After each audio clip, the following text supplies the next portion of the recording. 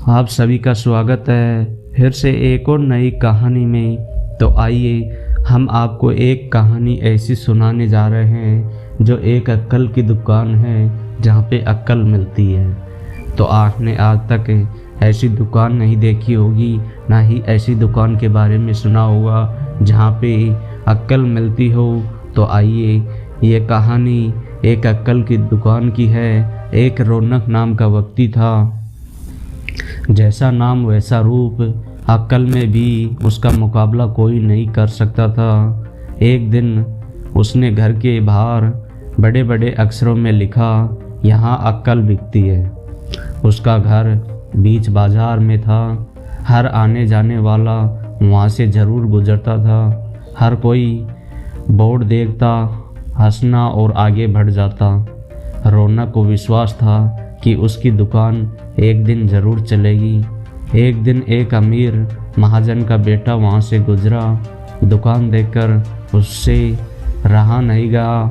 उसने अंदर जाकर रौनक से पूछा, यहाँ कैसी अक्ल मिलती है और उसकी कीमत क्या है।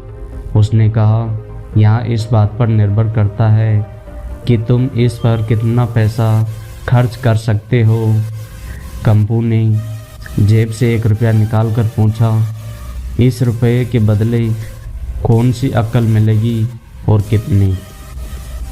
रौनक ने कहा, भाई 1 रुपये की अक्ल से तुम 1 लाख रुपए बचा सकते हो।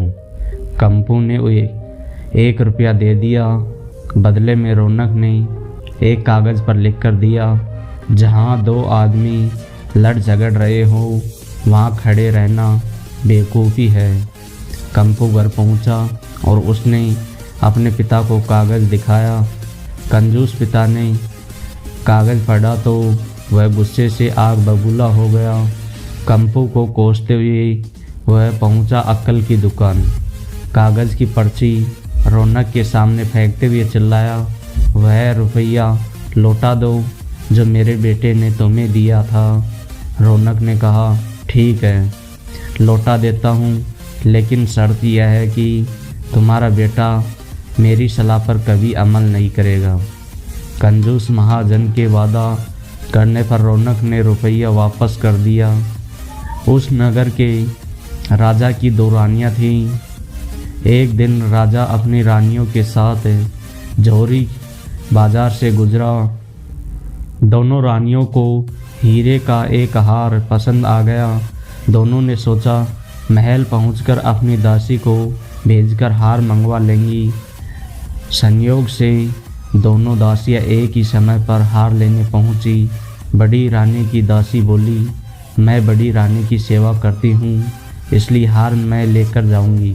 दूसरी बोली, पर राजा तो छोटी रानी को ज़्यादा प्यार करते हैं, इसलिए हार पर मेरा हक है। कंपू उसी दुकान के पास खड़ा था।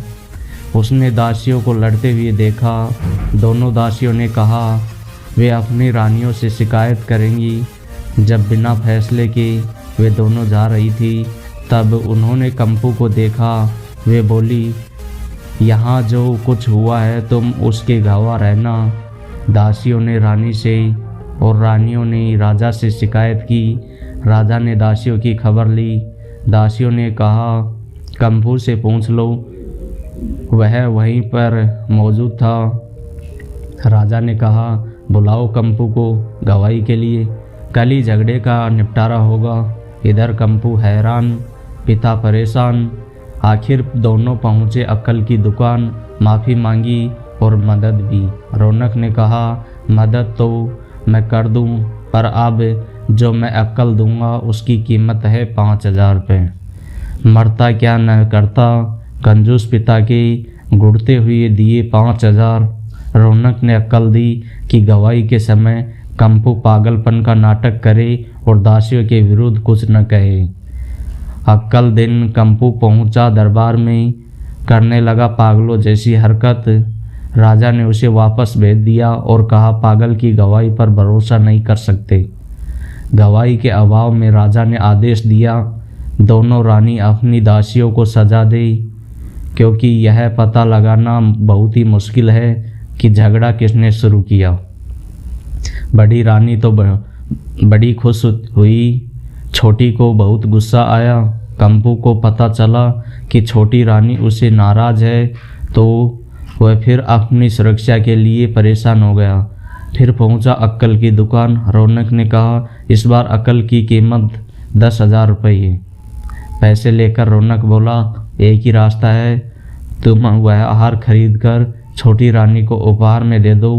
कंपू सकते में आ गया और बोला, अरे ऐसा कैसे हो सकता है, उसकी कीमत तो 1,00,000 रुपये है। रौनक बोला, कहा था ना उस दिन जब तुम पहली बार आए थे कि 1 रुपये की अक्कल से तुम 1,00,000 रुपये बचा सकते हो। इधर कंपू को हार खरीद कर भेंट करना पड़ा, उधर अक्कल की दुकान चल गई।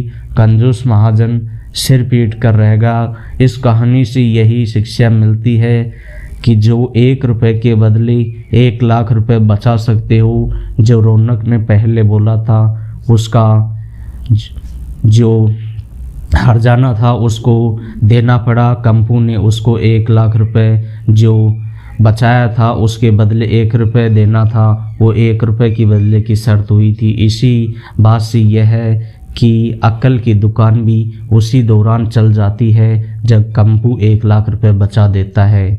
तो जल्दी मिलते हैं एक और नई कहानी के साथ में। जब तक आप हमारी इस वीडियो को लाइक करें और ज़्यादा से ज़्यादा शेयर करें और सब्सक्राइब करें। Okay, thank you.